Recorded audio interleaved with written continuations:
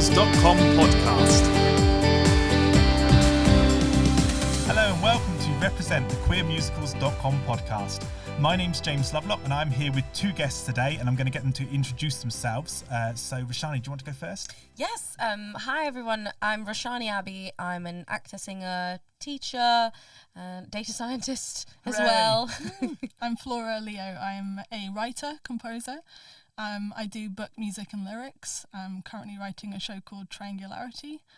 And I love all forms of queer representation, particularly queer TV shows. Brilliant. So we're going to talk a little bit about queer representation today, and thinking a little bit about how we're represented on screen or on stage or whatever we want to talk about, really. So I thought to start off with maybe asking a question about when you've seen yourself represented, whether that's on stage or on television, or whether that's something that you're still waiting for.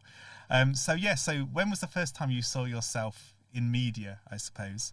I don't know about the first time, but I do know that it feels rare to see myself represented, I think even in the sense of my queer identity. But I watched a musical at the King's Head Theatre last Sunday, actually. Okay. Called Diary of a Gay Disaster.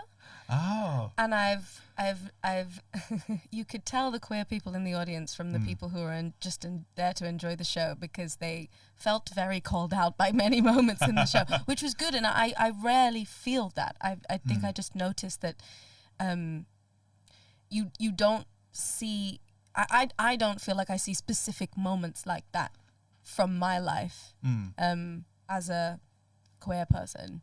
I think you see a few types of narratives. Yeah, no, I think that's really fair, and I think actually that's particularly true of queer female characters as well.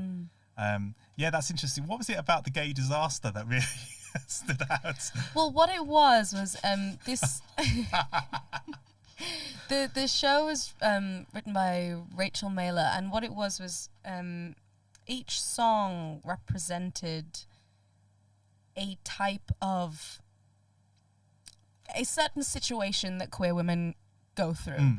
And they were all the queer women in the audience knew what these situations were. They were very familiar with it. Like, one was, is she gay or just hipster? Or like little things like that. The things that you try and you're thinking about all the time as a queer woman. And I think it was just that they were very specific moments that I just hadn't necessarily seen before. What was another one? A song called Reduce, Reuse, Recycle. About how small the community is. Yes, I thought that might be where we were going with that.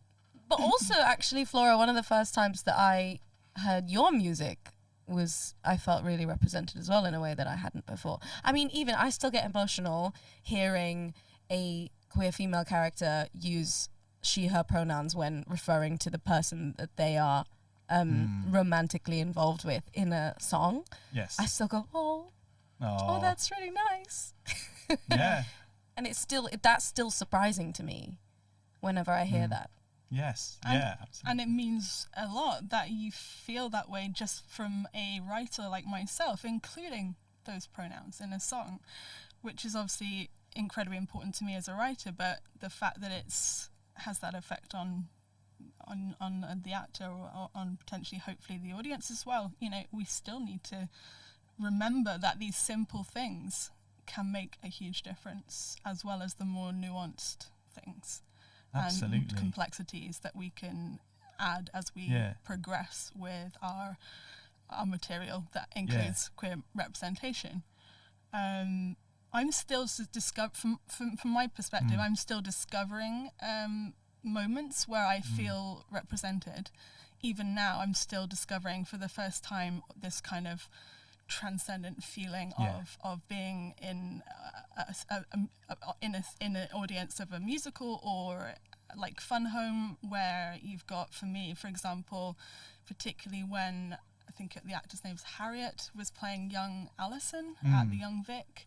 And when she was doing Ring of Keys, and her stature and her the way she was dressed was exactly me at that age. And I think that was a real moment where I was uncharacteristically in floods of tears.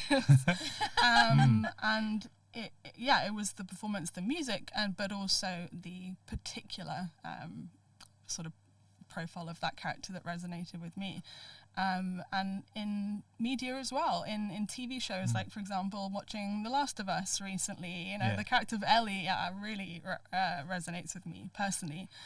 And it really is great that I now don't need to rely on all the things that when I was 14 I was seeing on TV, which were incredibly let's say dubious representations. Yes. Some were amazing and wholesome of just queer women, like Tara and Willow and Buffy.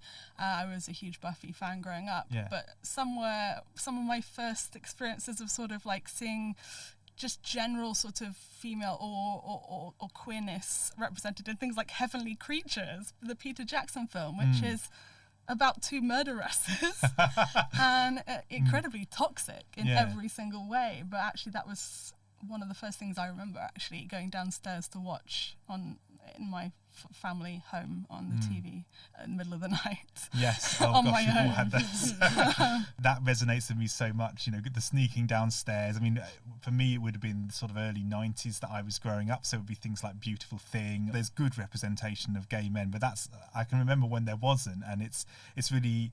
to me, it's really sad that it's taking so long for there to be representation of the rest of the community in ways where people can connect to it. I did think, actually, when you were talking, there's another musical, and I don't think it's very well known, but Beth Malone, who was originally in Fun Home, was in it, and it's called The Breakup Notebook. The Breakup Notebook, a lesbian musical. It's by Patricia Cotter, and I think it was first performed sort of 2011, 2012. And there's not very much of it online, but there's some great songs in it. And just because you were talking about moments, it sounds quite similar structurally to the piece that you were talking about, the Diary of a Gay Disaster.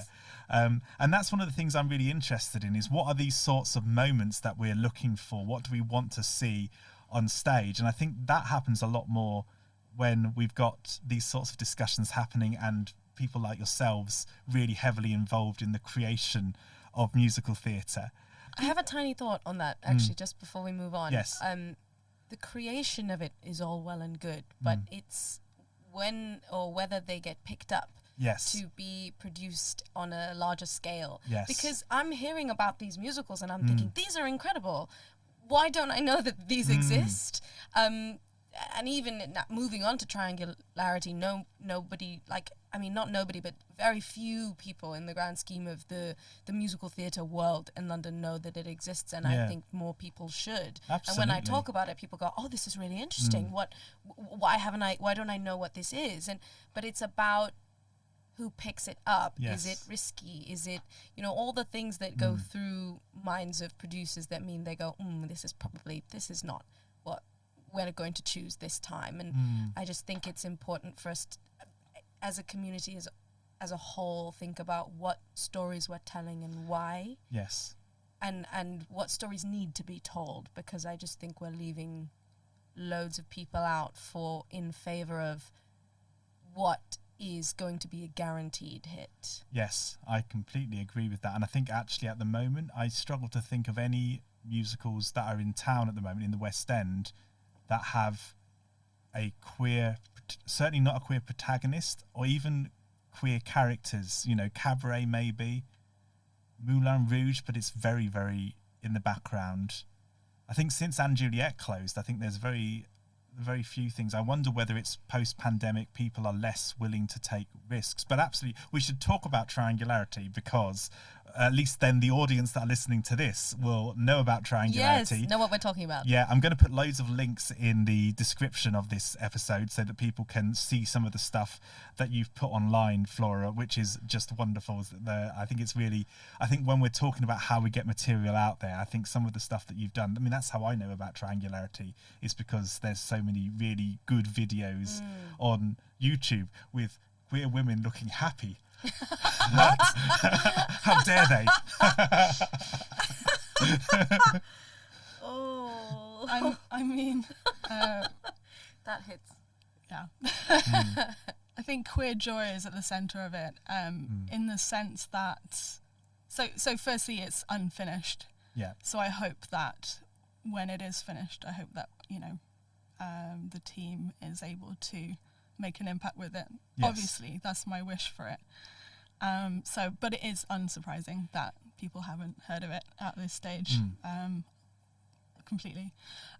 So queer joy, but it's the euphoria of those moments in representation. It's meta, so it's within the show that we get to experience that specific sort of revelatory experience that the protagonist has with representation, because actually the show is about queer representation itself, particularly, specifically on TV.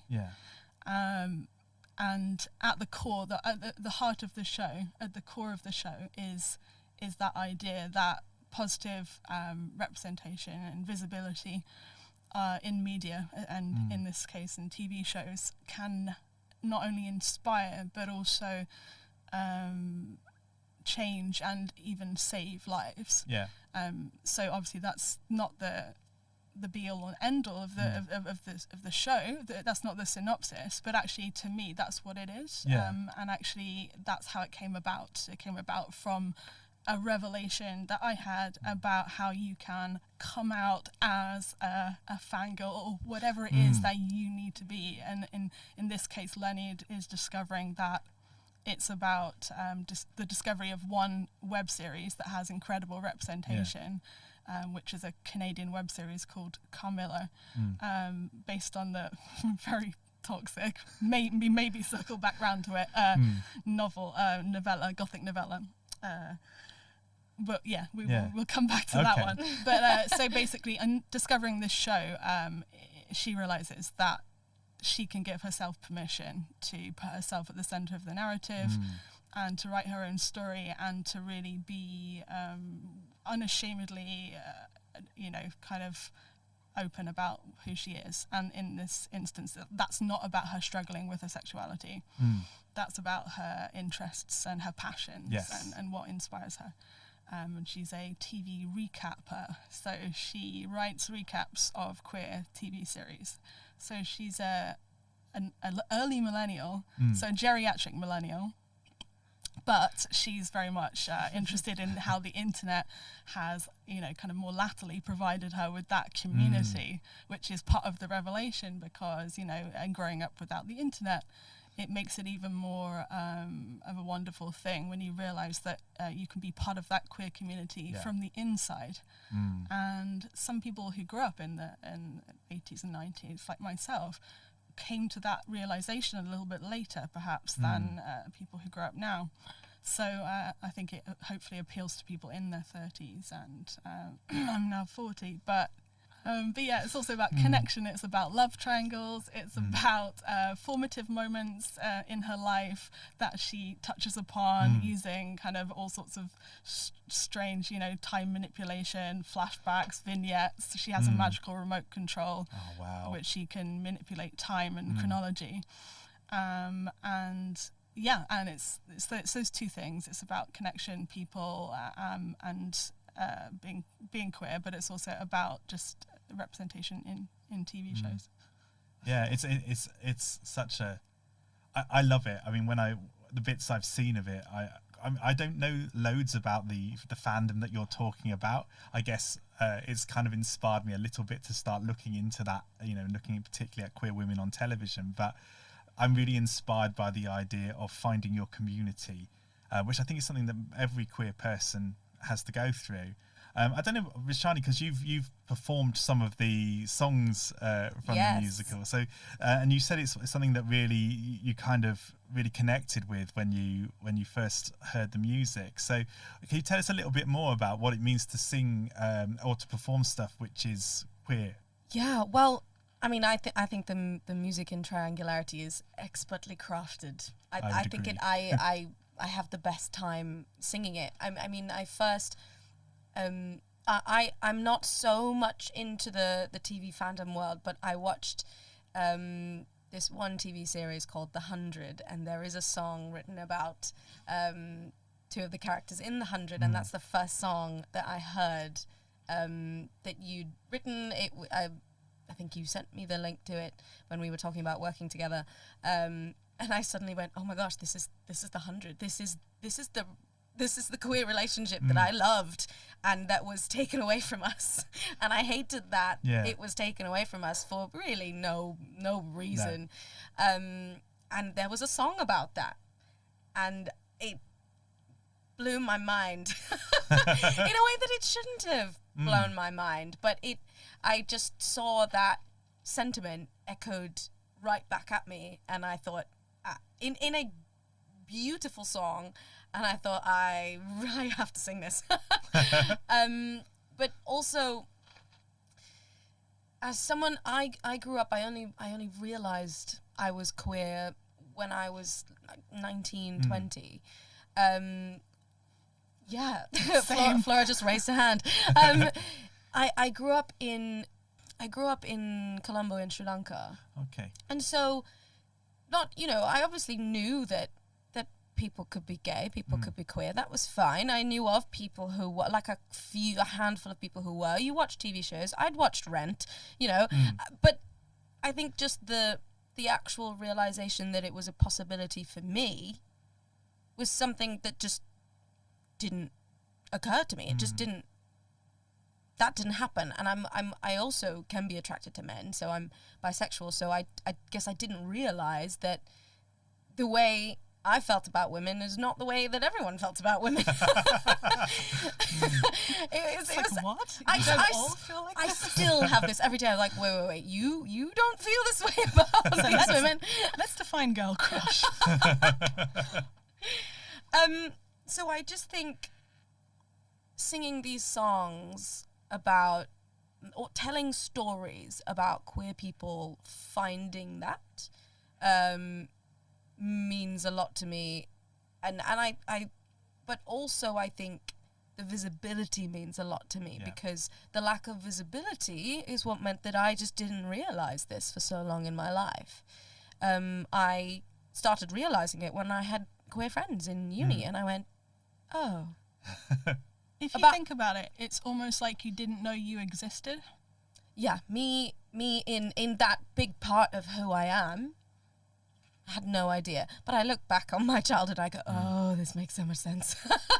About certain things of how you behave, or the things that you liked, or the girl crushes that you didn't realize were crushes, and you just thought you wanted to be them. Yes, not be with them. Yeah. So I think stories about queer people realizing and coming to terms with who they are, and exploring that entire side of themselves mean a lot to me. But also stories that include things that are not just that. Because we have stories about these people coming to terms with who they are also outside their queerness, because I think we need both. We don't just need a whole lot of coming out stories, but we need stories about these people figuring out who they are in their queerness and also outside their queerness. Yes. And how they both interact with each other. And I think Triangularity does that amazingly.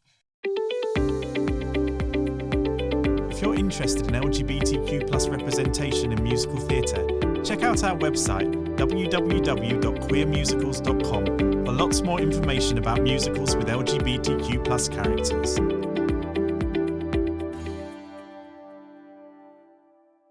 That's really important, the thing about visibility, and you can't really make sense of who you are until you see it somewhere else, maybe. I mean, as I've said, as a gay man, I'm in a much more privileged position, but actually when I didn't realise I was gay. I knew I liked boys, but I didn't realise what that was until I was about 12 or 13. And that was only because other people at school told me that's what I was. And then I saw, like I've mentioned, some of the films or the television programmes started to kind of cover that in a way where it wasn't just, there's a gay person, kill them immediately, which was, a very, I is a very common trope for all queer people, isn't it? You know, there's a queer person, let's make them miserable. So it's kind of, I think there's a really important thing there about that, and also a really important thing about how we tell our stories and the specificities. Oh dear, that's not the word. Specificities. That was well timed. That was excellent. Yes, the specificities of what it means to be queer. Not that we're all the same, but there are certain things that we all kind of experiences that we all go through. And I think coming out is the obvious one, and there's now quite a lot of material about that, although I think, again, more so for queer men than for queer women. Or for non-binary people or trans people. But then there's also all these other moments that people maybe don't pick up on if they're not queer. So things like, you know, that, I mean, the fact that coming out is not just a one-off experience, it's something that you do every time you go into a new... I was just about to bring this up. Yeah. You read my mind. I did. Coming out is just discovery, and we have so many levels of discovery every day. Yes. But you know, you were talking about your experiences of seeing really toxic gay tropes very early. Yeah. It's still happening, and it's not okay to still even though potentially the way we've progressed is that we are seeing way more nuanced and more meaningful and significant queer stories.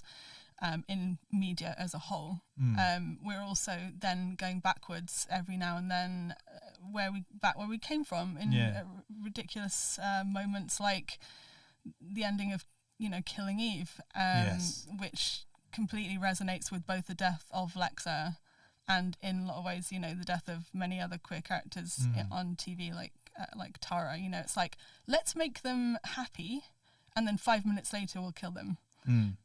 So that is particularly damaging. Yes. Why? I mean, why is it necessary? It used to be that queer characters couldn't be happy at all. Yes. Their lives had to always be tragic and miserable and hopeless and always struggle, angst, everything, you know, like that. But now it's like, oh, we'll give them a relationship and they will have a happy moment, and then literally they'll get hit by a stray bullet 5 minutes later. And like, in what world is that okay? But you know, Lexa was 2016, Tara and Buffy was, you know, the noughties. But Killing Eve was 2022. Yes. And we haven't learnt, and showrunners haven't learnt. And I mean, I know I'm talking about TV, but I do mean this in a wider context because it's happening all over the shop. It's damaging, and it's damaging in a subtle way. To sort of, it's so pervasive, and it makes you think that you see these people who look like you, they think like you, and they are very much like you on screen or on stage or wherever it is. Perhaps not on stage, because actually I am being specific about screen. But and then you see their hopeless lives, and you you immediately associate with that, and you think, well, that's how my life might be or will be. Even more so if you're potentially younger and I don't know, more impressionable. And it's got to stop. Yeah. And they've got to stop cancelling shows too, because the bury your gays trope has turned into the cancel your gays trope. They don't even bother because they just cancel the show now. And it's all down to this thing about, I mean, I think this is a big thing, particularly for our allies, but also for those queer people who are in power as well, is that sometimes you have to take a hit to allow the community to be represented. Sometimes you have to run a show that's going to run at a loss. Sometimes you have to put a show on television that might not get as many viewers as you expect to progress representation of our community, because if you don't, we're just stuck with the same stories again and again all the time. And I think that's something that's really, what we were talking earlier about, how do we get these musicals into spaces where people can see them? And at the moment it feels like it's all down to the queer people that are creating the work to do that job. And actually we're not in the positions where we've got the power to be able to do that most effectively.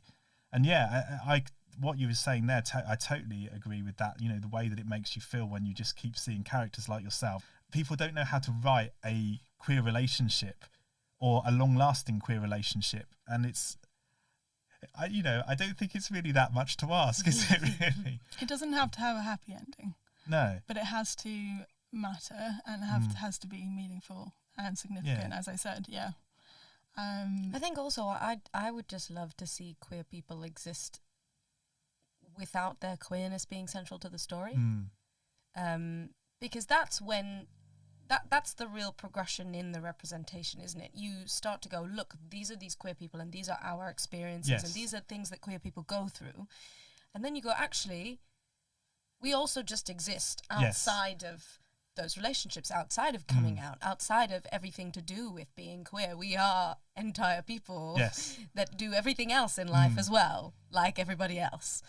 And I think those things are the things that I feel I'm lacking. We don't have those. People don't say, oh, okay, well, you know, we have these characters, maybe some of them are queer. Like, why? Oh, just because. Because some people are just queer, even though it has no relevance to the story. And rather than the default, people always going to the default. I think the idea of actually saying this character has an identity and naming it on screen, luckily we're kind of moving past that, and a lot of the shows that I support never even mention the character's sexuality. But I think we are going to, you know, sort of still have, obviously as we progress, I would love to see more of what you're saying, absolutely, more and more and more. But I think one of the reasons that we do focus on relationships and the queer relationships on screen are because that's what people want to invest in. And that's what people, that gives them hope. And they want to be able to root for these characters, not just individually, but together as a ship or as a couple. Because that's aspirational, I think. And I think that should be treated with care. It shouldn't be it shouldn't be pandered to and sort of written like, oh, they all live happily ever after. No, of course not. They're human. But I think it should be understood that these communities, this representation, they need it, and they need it because it enhances their lives in so many ways that it's that important. And it's I find it so depressing that to go back to finding a long-lasting happy relationship in musical theatre specifically, I'm going back to something like La Cage aux Folles, where you've got two older characters who've clearly been in a relationship for a very long time, and then at the end of the musical they're still in the relationship. And actually finding musicals where that happens, where you've got this couple that are still there at the end, it takes a lot longer than you think. And you know, and it opens up all sorts of other stories, like stories about queer people who are older than 40, and you know, and these sorts of things, which I guess we see less, or at least, you know, queer people that are over 40 that also have some sort of, you know, like love life or sex life or something like that. You know, it just is, I know, disgusting. How dare they still be doing it at that age? But it's all, and these are other stories that I think move away from some of the things that we've been talking about there. You know, the fact that we very often focus on the coming out story, or you know, or whatever it might be, or the heartbreaking story or whatever. I was just thinking about how often it is actually that some of these stories we're talking about are written by queer people. It's not always, I mean, often it is, you know, I feel like sometimes it's lazy writing. It's just like, oh, that's what we've seen all the queer characters do, so let's just kill them off, or whatever it is. But actually at the very beginning, certainly in musical theatre, a lot of gay men wrote musicals like Bear, which were really depressing because the gay characters died at the end. And I think there was a sense of maybe we were trying to communicate how hard it is to be queer, which is still a thing, I think. But also, very much still a thing, I think. Yeah, but also we don't need every queer character to do that. And so it's trying to think about, I guess, thinking about some of the kind of iconic musicals or television shows where we have seen queer representation and gone, oh my goodness, yeah. I mean, we've mentioned some at the beginning. I want you to mention Anne Juliet as well, which I think was really important in that sense, and also thinking about how you had a relationship that was normalized in the middle of it. It wasn't about, you know, these characters. There's you know, a trans character and presumably a queer or pansexual character. It was just there. And I'm trying to think if there's any other examples where we've got that sort of representation. Just on Anne Juliet, I think as an actor, being in a musical with such great queer representation just meant a lot. And I don't feel that a lot in the musicals that I do. I hardly feel that in, you know, big contracts that I'd be on.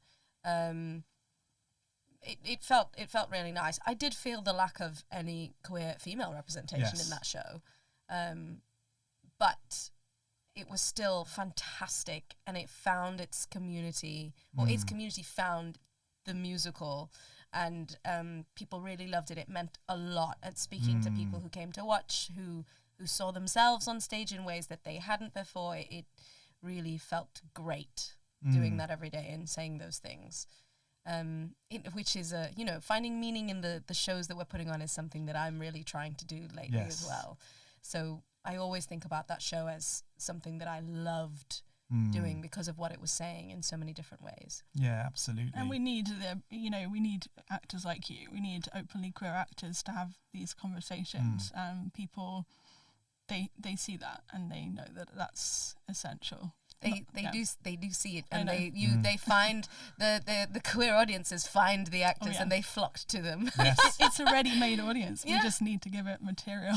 Yeah. As you said, we need the people to get their wallets out. But queer audiences, queer consumers want it so badly. Yes. Yeah. And as soon as you have a show like that, the communities go, yes, okay, here we go. I'm actually really sad that I think Juliet deserves a place in the West End. I'm really sad that it's not around anymore. Yeah. We were talking about this actually on one of the other podcasts that we've done this series as well.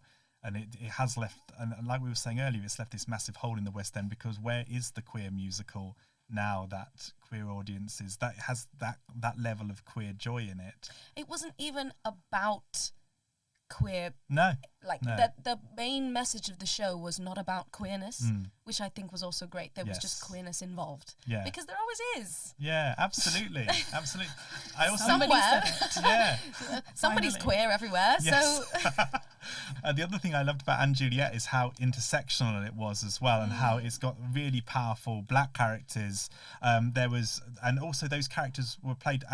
Juliet obviously is not just a black character; it's played often by a black actor, but sometimes by an Asian actor or whatever it is. It was giving empowerment to all these people, but it wasn't about that.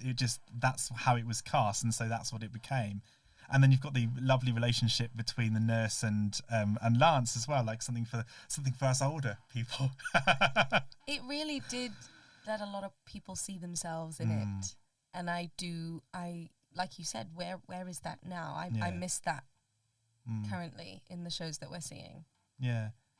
Yes, so we have to find more of these sorts of shows and these sorts of characters. And there's so much going on in the smaller theatres as well. I mean, you mentioned the King's Head, who've just done, I think, 2 or 3 different seasons of queer work. Theatre, yeah. Tanya Azevedo did loads of fantastic work there. Yeah, and David Cumming is who's from Spitlip with Operation Mincemeat, is just going in there to do another queer series now. Ooh, I think through I didn't know August. And so there's lots there. Southwark Playhouse have done a number of queer musicals with queer composers in. The new Diorama is very supportive. There's all sorts of theatres where it's happening, but they're all, if you don't know about them, you're not going to know that those shows are on. So at the moment, one of the things I'm thinking particularly about the sort of research that I do is thinking, how do we get people to be able to experience these shows so that they know that they exist? And then the next step from that is thinking, well, how do we get these shows to a wider audience, to a bigger platform, and to the West End? Are there shows or are there stories that you would really like to see told in a musical that we don't have yet? Do you mean stories, just any pre-written? I think anything, story? Pre-written stories or stories, or something that could be queered. Something that could be, yeah. I mean, queering is that's the other thing that's really big at the moment. Again, not so much in the West End. It kind of has to be, because there aren't enough queer stories to be able to just tell queer stories. Yeah, absolutely. I mean, old ones. Yeah, I'm thinking about how Hope Mill did Rent, and how the Open Air Theatre, Regent's Park Open Air, did Legally Blonde. Southwark Playhouse have done Anyone Can Whistle, and just finished How to Succeed in Business Without Really Trying. All of those have been sort of queered in a way. So the show I'd love to queer, to be part of, just, I don't know, just be part of is not to sing to MD or something is the last 5 years. Oh, I would love I would love to do that. But I've heard of so many people trying to do it and they're not allowed to. I think the licensing is quite strict, and it would be so good. Wouldn't it? I would be happy to rearrange the show, but again, I don't think it would be a goer. I've created whole designs for that show in my head before. That's really interesting. So what is it about that show particularly that you think lends itself to being queered? I think you could undo some of the toxicity between the kind of the gender binary with the. Don't you think there's a lot of people often have discussions about Jamie and how he's super flawed, or how they have very strong opinions, and maybe some of that could be reframed slightly in terms of the balance of their relationship. But I also think super flawed, complex characters in a queer relationship. Or that too. Yeah. Just as simple as that. But also, and toxic queer relationships. Fine. Yes. They exist. But also, I think trying to put it together in a way that the audience can understand both sides of the story and how things happened. They can see themselves in both potentially then. Exactly. But I do think Jamie's character is very toxic, and some of the things that give the audience the ick currently, like you said, can shift with a woman playing that character, or a different actor, or a different interpretation. Yeah, I just want more queer women. That's the base level for me, and it's a little upsetting that is all I want at the minute, in big commercial musical theatre, because I feel like that's what's. I'm just taking notes. Lacking. Yeah. Absolutely. I mean, I think it's we don't really see it. Yeah. And I think one of the things I found with Company, when that was, about 5 years ago, when that came back to the West End and they rewrote it and we had a female lead, which was great and worked really well. But what a shame that they didn't keep some of the love interests female, so that Bobby became a bisexual female character. And there were so many things that you could have played with. I mean, obviously, I think for Sondheim, it was a big shift to even let anyone do that with his work. But actually, there's so much potential in some of these stories, and you go, yes, we've taken this, we've got the idea of gender swapping now, that's great, I'm glad that that's happening, but you don't need to keep gender swapping it so that everything stays straight. You can exactly. And we did have the gay couple in Company as well, which which Jonathan Bailey and Alex Gallman played, but it was there was room for lots more, and there is room for lots more in so many other stories as well. I think the default is when people are inserting some queerness into a story, it's the default gay male couple, which is fantastic, but I think there's a lot of other queerness that gets left out. Absolutely. That's why when I tell people about how this all started with Triangularity, and how it's not just the disproportionate amount of queer characters, it's particularly queer women who are killed off or sort of expendable on TV shows, I think they're always fascinated, but they don't know about it because they maybe don't watch those shows. And I think there's always that perception that maybe why some people from, sort of straight community might stay away from some of the shows that are panned as being, just queer representation shows, is potentially because they think those stories are going to be quite kind of like, not as accessible, not as universal, but of course they are. And I mean, if I do anything with Triangularity, I really want to tell this story of a very specific nerdy TV fan who supports, female queer representation, but absolutely, hopefully, be able to just use that as an example to show that that's not meant to isolate anyone from coming to watch it and from seeing themselves in it in some respect. But also, if you find it fascinating, then come and watch it. Yeah. It's like, it's all great to have a dinner table conversation and go, I'm writing this show, it's about bury your gays. Oh, what's that? Conversation ensues. Oh, that's fascinating. It was like, well, do some research. It's not just a small thing. This is a huge community of people who are aware of this, and people see us as small, but it's a powerful community. Yes. The female queer and generally queer community is extremely powerful. You can see that in the way that this community single-handedly saved the show Warrior Nun after it got cancelled by Netflix. You can see it in the way that after Lexa died, the outrage was massive. They brought her back. Yeah. Just the whole general outrage was so big, it built a convention called Klexicon. It brought people together, and we now see ourselves as a cult, small but extremely powerful group of people. And I think that's incredibly inspiring.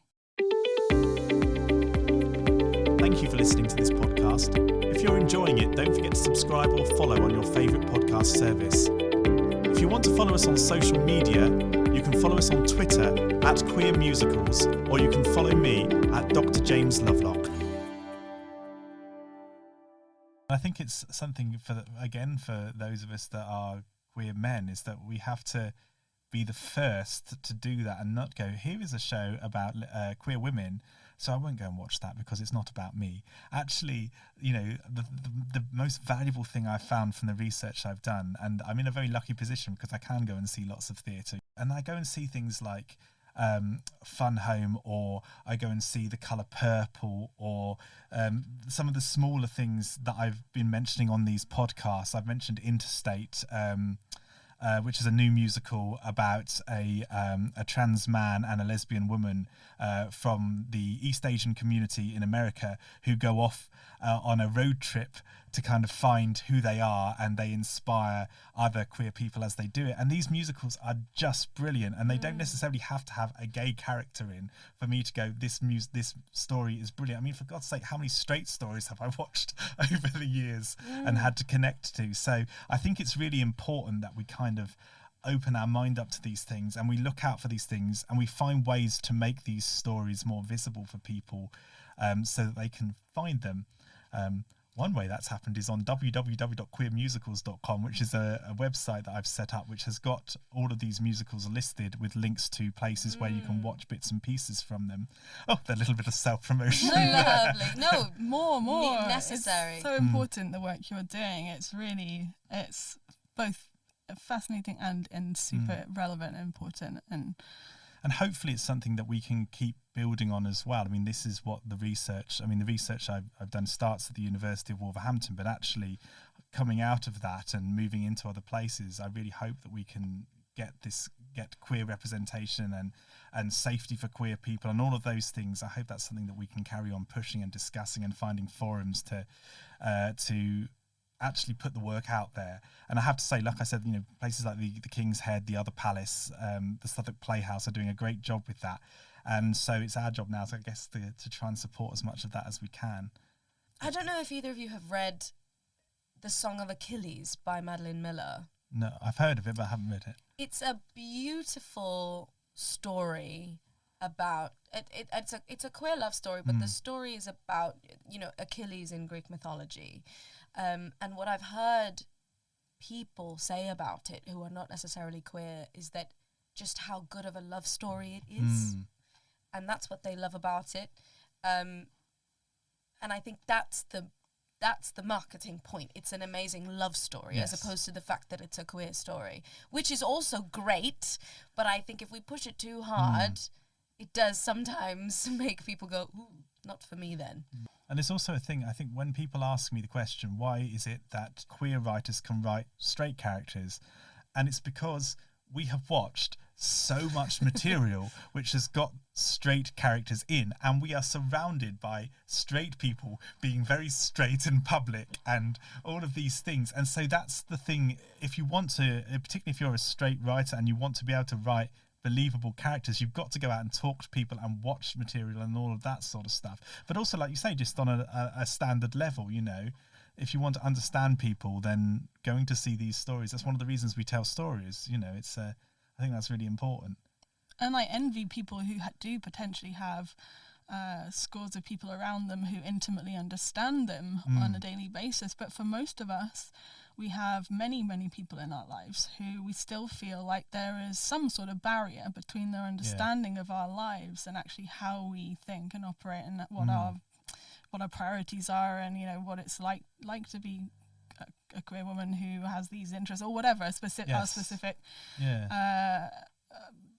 I don't know, our challenges, and we all have that barrier. So if we can break down those barriers, it means that future generations of people will have better communication between them and their peers and their families and their friends, and it just closes the gap. We need to both open ourselves up to other people's experiences, and in that sense we break down those walls Absolutely. that separate us, I think. Well, I think just talking about different kinds of stories and different communities of people, it's not only queer women that I see a lack of, it's non-binary people as well, and the gender diversity.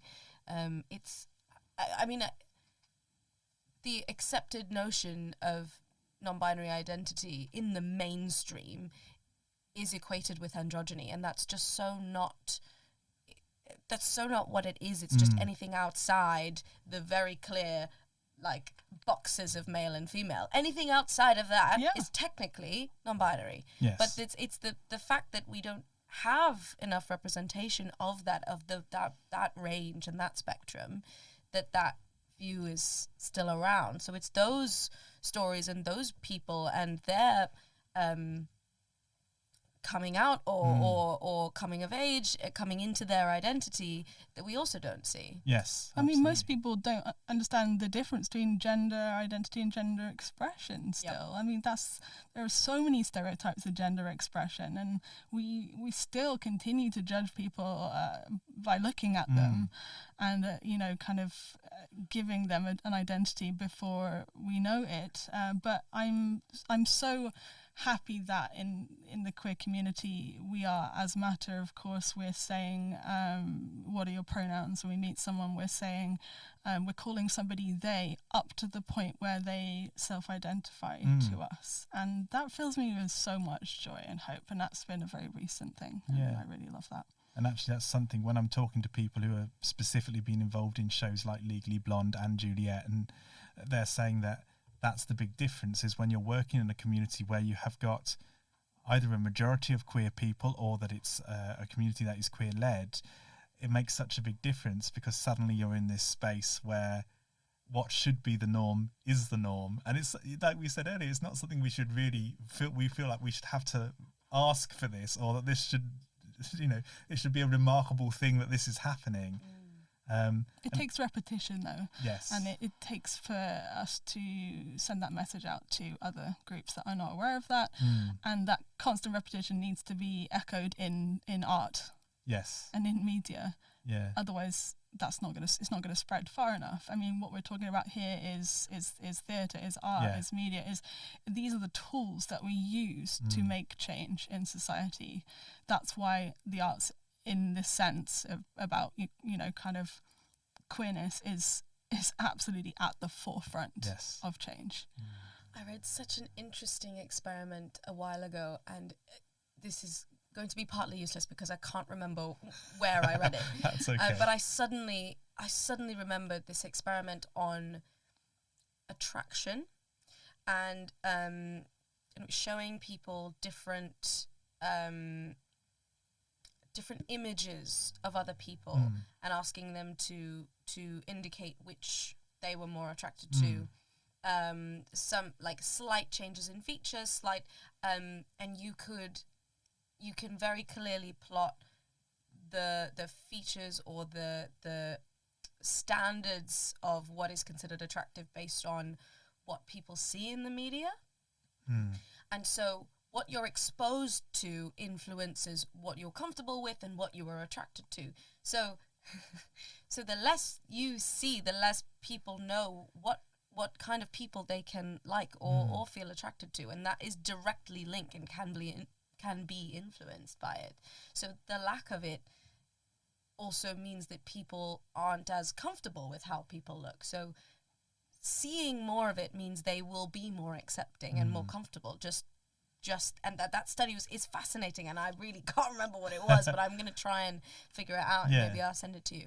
But how that makes me so emotional, that idea that people can't even reveal their own authenticity until they've experienced something that opens their mind to it. I mean, that makes I always just remember that anytime I'm writing anything with queer stories, I've the level of importance we're talking about of how revelatory this can be to people. So what we're doing is the simple thing of just putting words on paper, but the effect is something else entirely. Life-changing. Yeah. Absolutely. I think we're probably coming towards the end now, but I was going to ask you one more question. I was going to ask you about maybe if there's something you could recommend to people who are listening to listen to or watch or whatever it might be, something that they can, I mean, obviously Triangularity is the number one thing, and I'll be putting some links to that. But are there other things that you think, actually, this would be a really great thing to read if you want to know more? I would say reading. I would say maybe go and read some of the work, both poetry and other, by the non-binary poet Kay Tempest, who's written so much about connection, during the pandemic and all sorts of things, and just about mythology and the kind of queerness and gender fluidity in mythology. Yeah. I find what kind of mythology? Greek mythology mainly, I think. And TV, I recommend going back and watching shows that have been cancelled that have queer content, because they were just not performing well enough for the ridiculous sort of ratings that were needed. But actually, even that, when you look into it, is just all rubbish. Yes. Warrior Nun's coming back. Yay! And I love a show called Motherland Fort Salem. I recently recorded a song with one of the actors from the show. Yes. Well, that's cool. Which was a song about her character on the show. So it was a slightly unusual situation where the actor agreed to sing a song that me, a fan, had written about the character. Oh, amazing. It was a wonderful experience, and it shows the kind of connectivity of how the actors are very much invested in the stories, and therefore they know how the impact of their work. And so agreeing to do that kind of project just shows how much it means to not just the fans in the queer community, but also to the people involved in making these shows that just get cancelled out of the blue. And I watched, I think at the beginning of this year, A League of Their Own. Okay. Oh, brilliant show. Prime, I think, which was fantastic. The level of representation. Why do people assume that women's sports teams have no queer people on them? That's wild to me. Yes. And so the fact that this show was revelatory in showing a women's baseball team in the 40s in their queerness as well, and also at a time where queerness was really being prosecuted, really dangerous to be a queer person. Those time specifics, like during the World War in the 40s, like any shows set there. I just find it fascinating learning about different times, different time periods and decades, and how the society responded to queerness. Sometimes it was just don't ask, don't tell. Sometimes they were actively being searched for and like publicly exposed. That show also has a lot of intersectional queerness. Yes. It's very progressive in that sense, and that show is it's pretty much all but cancelled. It's been I think they agreed to bring it back, but for a very episode very season short 2 season. So that's essentially on the list of pretty much cancelled shows, along with shows like Willow, The Wilds, First Kill. And I mean, that's the thing, isn't it? We've got to, it's important for us to support these things to try and stop them being cancelled in the first place, but also to find ways that we can support queer work, whether or not it is profitable, whether or not it has as many clicks or likes or views as, these numbers that have been made up by, studio executives. But hopefully the work that you're doing and Triangularity and all of the work that you've been doing, Roshani, I know you've got other projects. Roshani's a queer icon. Exactly. I'll take it. As are you, Flora. Too kind. But thank you both so much for talking. Thanks for having us. It's been such a pleasure. And thank you all very much for listening, and we'll be back soon with another episode.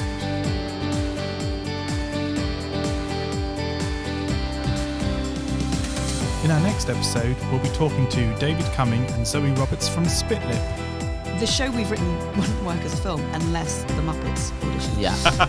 If you're listening, Jim Henson. Yeah, give us a call. This episode will come out on Friday, the 22nd of September. See you there.